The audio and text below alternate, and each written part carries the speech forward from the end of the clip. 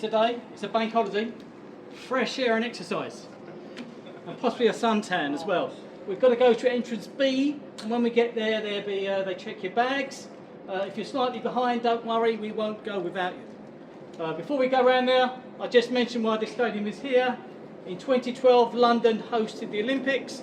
This area here, Stratford, was the Olympic Park. From the Olympics, we've still got various stadia. The Olympic Stadium, we've got the aquatics swimming pool over there, the cycling track, the copper box arena, multi-purpose arena, and the red structure there was from the Olympics. The biggest sculpture in the UK, it's a canal station tower. It's now a tourist attraction. You go in the lift, you have a look around, you come back down the lift, you can come back down the longest corkscrew slide in the world, apparently, or you could abseil down. Bank holiday, the first tour, we tend to do the abseiling after the tour. So I've checked the harnesses, hopefully everyone's kind of... After the Olympics, they wanted to know what to do with the stadium. They didn't want to leave it empty. They invited bids. Had to be used by the biggest sport, football. There's a small team down the road, Tottenham. They made a bid, unsuccessful. My other team, Leyton Orient, they made a bid. They thought they could grow a crowd of 6,000 tenfold in a few weeks. Never going to work. And then West Ham. West Ham, in those years, was an up and down team. Didn't have the money to buy the stadium. They've given the option to rent it. They've given a 99-year lease, and they rent it for 9 months of the year. So when we go in the stadium, you have to bear in mind they rent the stadium and if they want to do anything to the stadium, they have to speak to the landlord. So that's an introduction. Let's go to entrance B this way. We're outside in the concourse and the park. After the Olympics, they made it into a multi-purpose stadium and they introduced these restaurants. They spent about £280 million building this side. We're going into this one called the Royal East. We're going to go down the far end, I'll say a few words, and then we'll go outside afterwards. So, want to come this way?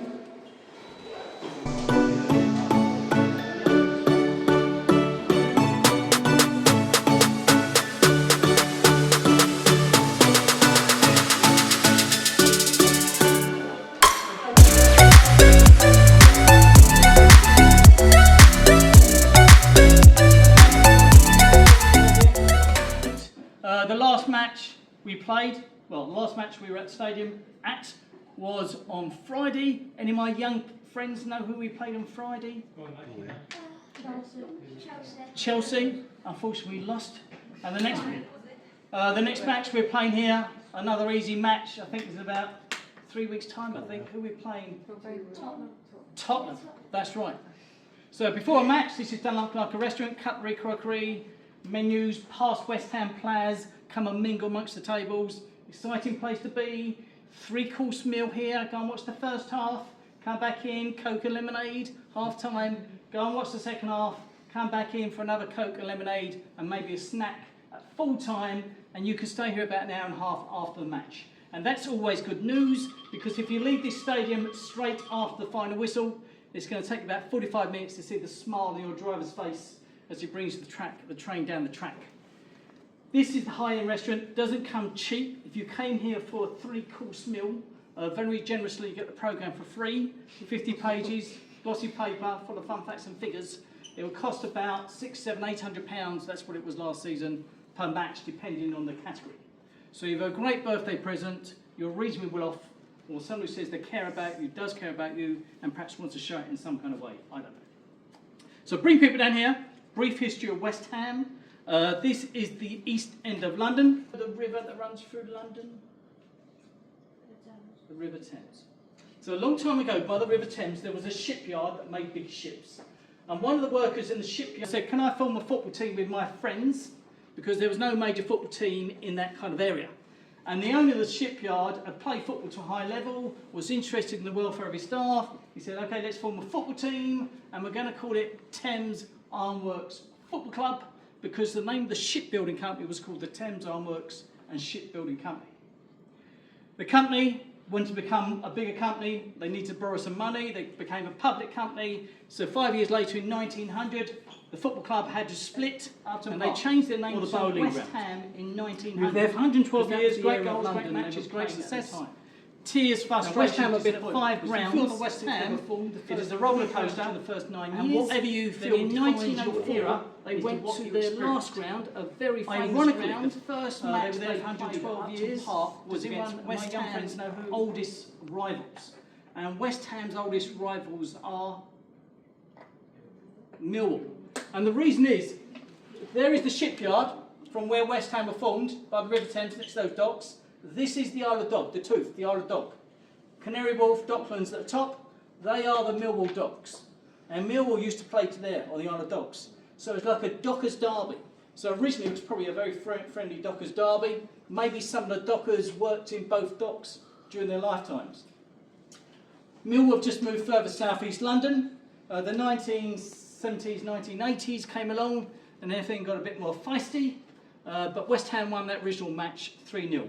We've now moved that circle there, surrounded by the River Lee, still on the East End. We're an East London club, but just further west on the east side. Now West Ham are a generational club, and what that means is a lot of their fans in the 1950s and 60s saw a bit of success. And they may have had families, and they would have said to their families, have seen great goals, great matches, great success, trophies. You're going to be a West Ham fan if they had children. You have no choice. And these people, their children grew up to be West Ham fans. Then in the 1975-1980, West Ham won the FA Cup. They may have had families, some of them, they may have had children, and they would have said to their children, seen great goals, great matches, great success. You're going to be a West Ham fan. You have no choice. And since 1980, West Ham won nothing major for 42 years. 2 years ago, we won the Europa Conference League. The kids of today think we're going to win trophies every year. Expect to win. Well, there's been people been waiting 42 years for a major trophy. So, to be a West Ham fan, you've got to be committed, or basically you were told to do so, and you've got no choice. But that's the way it goes. So we're going to head out, sit down first. I'll say a few words, and then you can mingle, take photos, etc. Chat.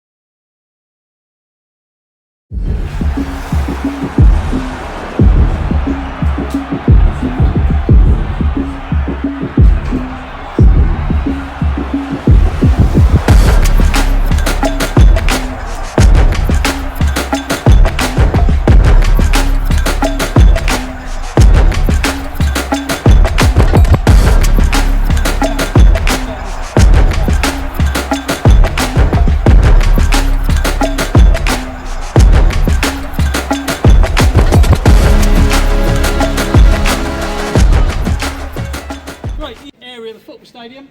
The thing that tells you is the size of the padding. The bigger the padding, the more expensive. £800 of padding in its seat alone. Do not be confused around there. Standard PVC plastic seats. Now this stadium, our capacity is now set at 62,500. It used to be lower, it's gone up 62.5. We get the second highest average attendances.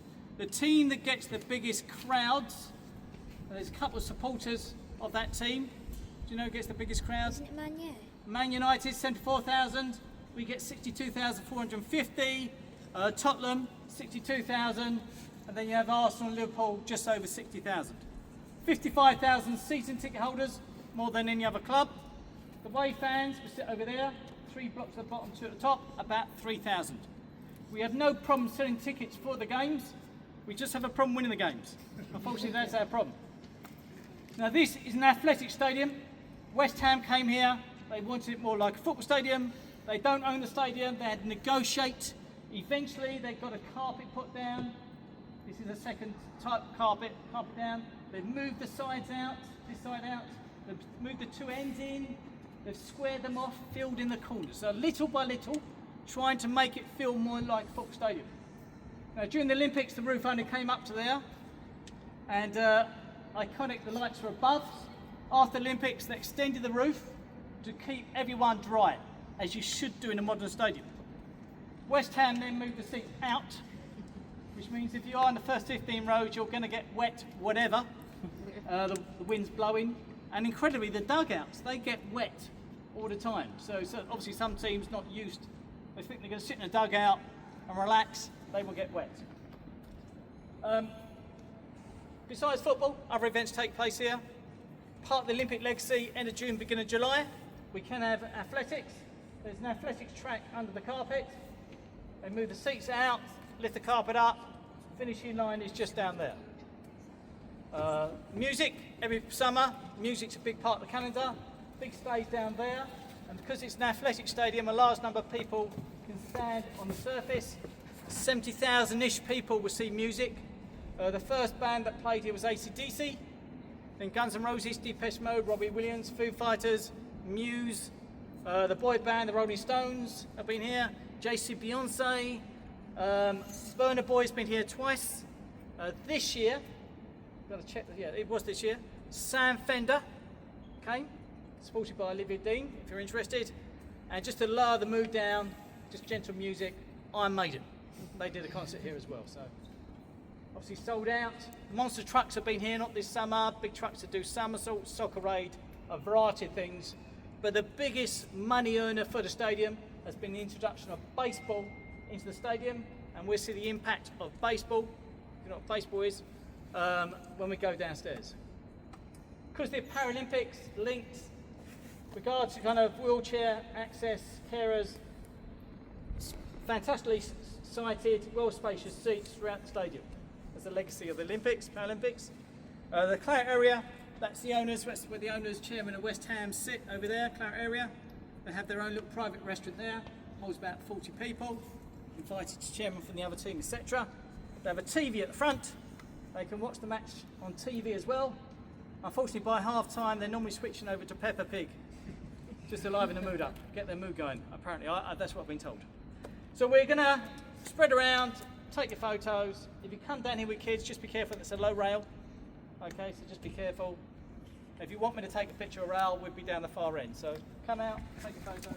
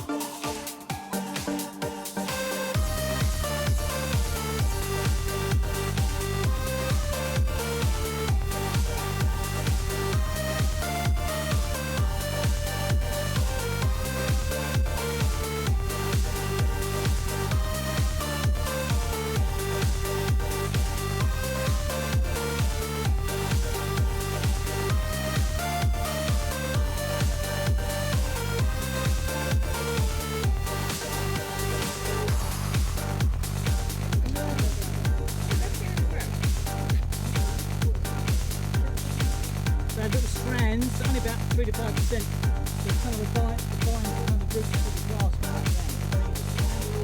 On match days we cut it twice, we cut it 3 times on match days. So even the following Friday, it's probably matched now.